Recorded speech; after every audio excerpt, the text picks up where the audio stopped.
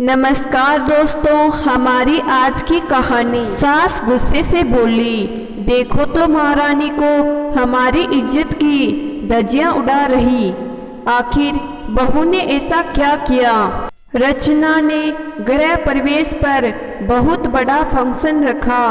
Function के दिन चारों तरफ चहल पहल हो रखी थी। सभी रिश्तेदार और ससुराल वाले आए हुए थे। तभी बुआ सास बोली, अरे रचना बहू, घर तो बहुत बड़ा है और रवि का बिजनेस भी अच्छा खासा चलने लगा। यह सब किसकी बदौलत है? यह सुनकर रचना बोली, हाँ, यह सब मेरे मायके वालों ने किया है।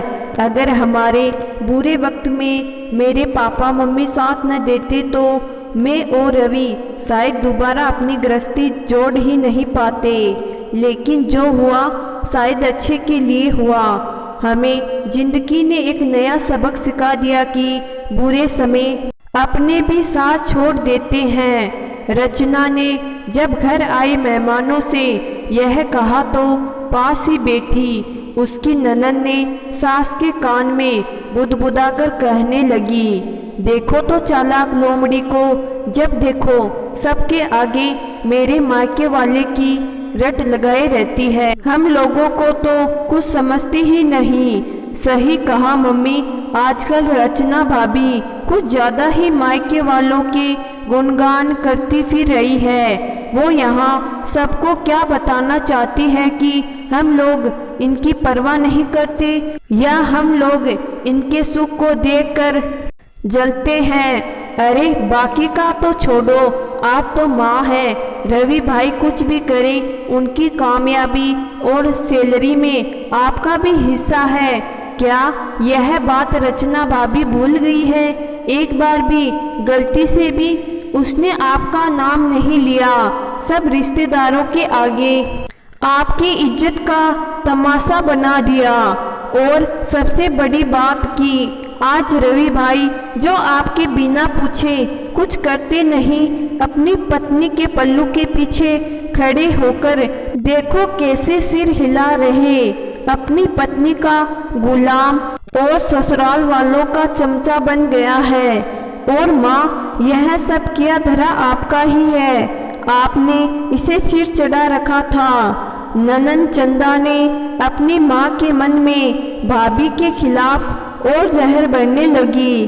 पास से ही गुजर रही रचना के कानों में ननंद की बात पड़ी तो उसने रुककर पूछा, दीदी आप मेरे बारे में कुछ कह रही है क्या? रचना के इस तरह अप्रत्याशित सवाल से चंदा सकपका गई।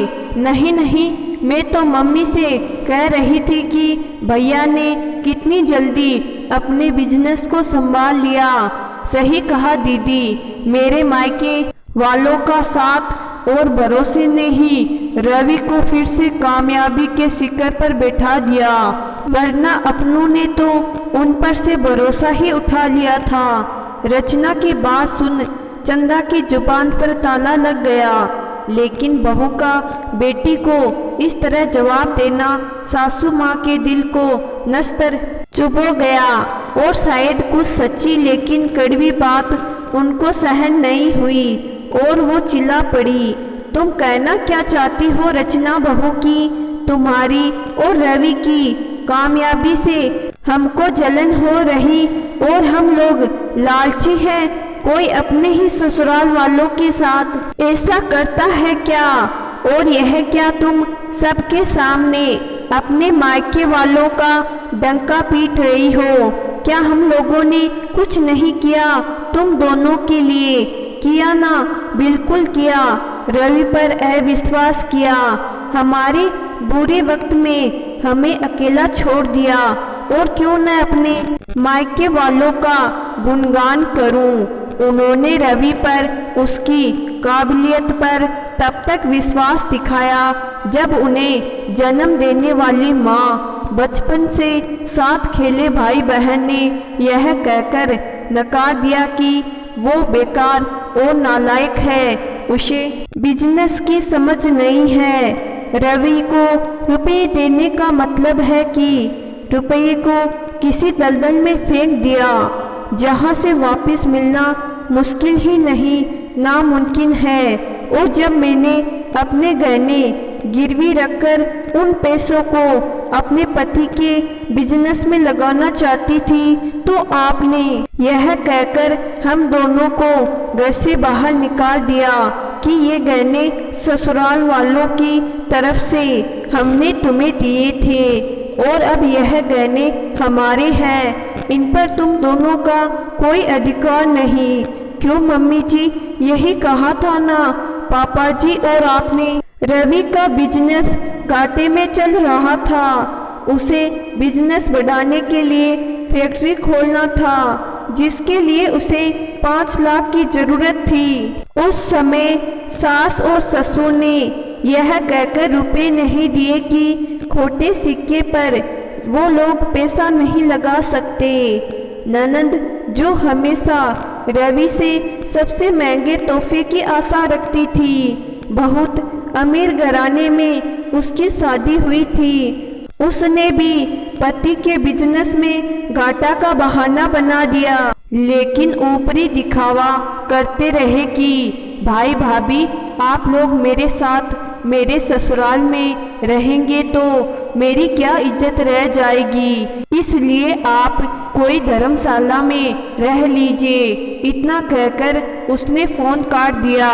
तब उस समय रचना के पापा और भाई ने मदद की कुछ पैसों की और रचना की माँ और भाभी ने अपने गहने बेचकर उन पैसों को रवि को बिजनेस में लगाने दे दिए। रवि में आत्मविश्वास जगाया कि वो जो कर रहे हैं सही कर रहे हैं। रचना को जब भी जरूरत हुई मायके वालों ने हमेशा साथ दिया, इसलिए आज उसके मुंह से निकली। तभी सास गुस्से से बोली, भरी सभा में हमारी बेइज्जती कराने में तुली रहती हो, क्या यही संस्कार दिए हैं तुम्हारे माँ बाप ने? हर बात में मायके वालों की बड़ाई करती रहती है और अब उसके ससुराल वालों को यह बात खटक रही है कि रचना हर बात में मायके का गुणगान करती रहती है। रचना और रवि का अब यही कहना है कि इस बुरे वक्त ने सबक सिखा दिया कि अपनों ने जब बुरे वक्त में साथ नहीं दिया तो वो अपने कैसे, जिन्होंने बुरे वक्त में साथ दिया वही सही मायनों में मेरे अपने हैं। जिंदगी ने जो उसे सबक सिखाया अब उसकी वैसी ही राय बन गई कि रचना का हर बात में मेरे मायके वाले बोलना गलत है या फिर सही। रचना ने सास और ननंद को करारा जवाब दे दिया। यह सब सुनकर दोनों बहुत शर्मिंदा हुई। उन्हें अपने किए पर बहुत पछतावा हो रहा था, लेकिन अब पछताने से क्या होगा, अब काफी देर हो चुकी थी। क्या रचना का कहना सही था या गलत, कमेंट बॉक्स में जरूर बताना। धन्यवाद।